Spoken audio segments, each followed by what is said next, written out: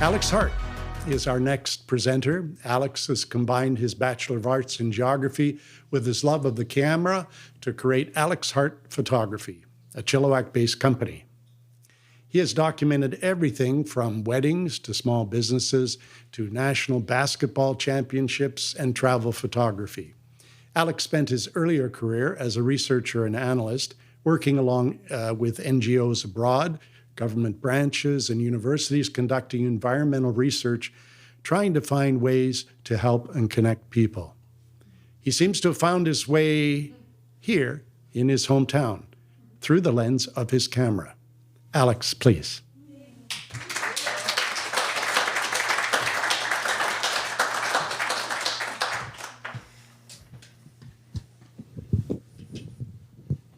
All right, how's that for a rough start?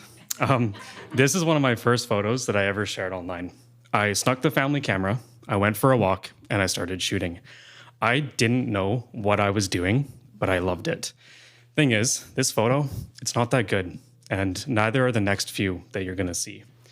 See, tonight is dedicated to the humanity of creativity. When I was invited to speak, I thought, Tim, what in the world does that mean? So I set out to answer that question, and I started with this. What is more human than the experiences we have in life, and do we create from those experiences? I looked to my own journey to see if I had an answer. These photos you see are the beginning of the journey before I had any experience or life knowledge to help craft my art. Now, I'm going to be sharing my story and lessons that I've learned along the way, but I ask that all of you think about your own experiences and how they've inspired your creativity and your life. These may be my words, but this is a story about us. I've always been inspired by good imagery. Seeing the world is how I've come to understand it. I've also struggled to sit still. So, at 20 years old, with nothing but a backpack, a screenshot of an address, and a barely functioning phone with no minutes, I found myself in downtown Bangkok. This is where I learned my first lesson. Take a risk, and also get a phone plan. It's here that I met Dom. Dom became my travel buddy as we explored Southeast Asia. Dom was also a stellar photographer. For the next month, I watched as he turned strangers into friends with a few kind words and a good photo. As I watched, I knew that I wanted to recreate moments like that, but I had so much to learn. I returned home to life and school, and a couple of years went by, and questioning what I was doing with my life, I found myself on a train backpacking through Europe. This time, I had my backpack, a plan, and a small point-and-shoot camera, a gift from my parents. It wasn't fancy, but it was exactly what I needed. The camera was basic, and to take a good image, I had to focus on the fundamentals: subject, composition, light. Every shot was a chance to practice. This was my second lesson. Work with what you got and create anyways. After Europe, I started a new chapter as I moved to the island to finish my geography degree. I also bought my first DSLR camera.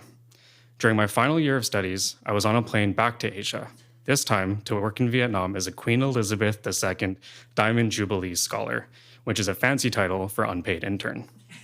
When I wasn't in the office, I was out with my camera, mostly hanging off the back of a moped taking snaps of the city. See, I'd been shooting for my university as well, and I owned more photography books than textbooks. This also meant that I spent more time with my camera than on my course material. Please don't ask how I got that scholarship. I genuinely don't know. But I was in a very fortunate spot, and I started to really care about sharing these photos with my friends and family back home. See, this was the summer of 2019, where global unrest was mounting. I wanted to show that not everything was bad, and I figured photos could do that. That summer was a beautiful one, but I returned home to a life that I no longer recognized. 2020 soon came, and with that, the shutdown of the entire world. A lost job, a shattered community, and no graduation. I watched as friends moved home, lost jobs, and I stood by as their mental health declined, my own included. I felt helpless, and I hated that feeling.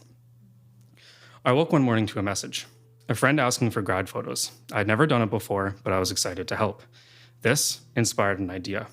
I wrote a Facebook post, and I asked everyone to share it. Grad photos by donation. No minimum cost, pay what you could. I had people from all over the island asking for photos, and suddenly I was shooting every day. I met international students who couldn't leave the country, students who found themselves completely alone and their next chapters gone. These grad photos were some of the only chances that we got to celebrate. This was my third lesson. It's bigger than me. If you know Aaron, you know that he also believes in this. I ran this project for 3 years, and with help, we raised money for mental health charities and we collected food for food banks. I didn't feel so helpless anymore. However, COVID raged on, and as the world struggled, so did I. I left my master's degree, I bounced between work contracts, and I felt lost. Still, some light remained because I also married my best friend, and I turned to my camera for healing. That little light that I felt, I wanted to share it. Moving back to Chilliwack, I looked to my own community. I connected with trail runners, the Chilliwack Independent Film Fest, here at Cowork, artisans, and friends. They embodied the best of humanity, an indomitable spirit, warmth in fellowship, and courage in adversity. This was to become my fourth lesson. There is always light, even on cloudy days. There's still light in people. Light doesn't always mean a radiant sun. Sometimes it means diving in frigid temperatures to clean the bottom of the ocean. Meeting all of these people back home, I was reminded of the lessons I've learned over the years, of taking risks, working with what you got, being bigger than yourself, and chasing light. They inspired me. I wanted to shoot brightly, genuinely, and to create work that gave hope, the same hope that I was given by others. Through working this way, I could see that my experiences were shaping my photos. I could feel Dom's ease around his subjects. I could see the composition and framing of my little point-and-shoot camera. The power in creating for others, and focusing on light. A decade of lessons now started to reveal themselves. Last summer, my wife and I embarked on a road trip across Canada. We set out with two things, a 1977 renovated RV, and a belief that people were still good. Every single day, we were tested, and every single day, we were reminded of how good people can still be. Through their portraits and stories, we wanted to share that it takes just a little courage to see the good. This was my final lesson. All it takes is courage. See, we're not alone in what we go through. We all experience loss, grief, joy, and love. I believe that we channel what we experience into what we create.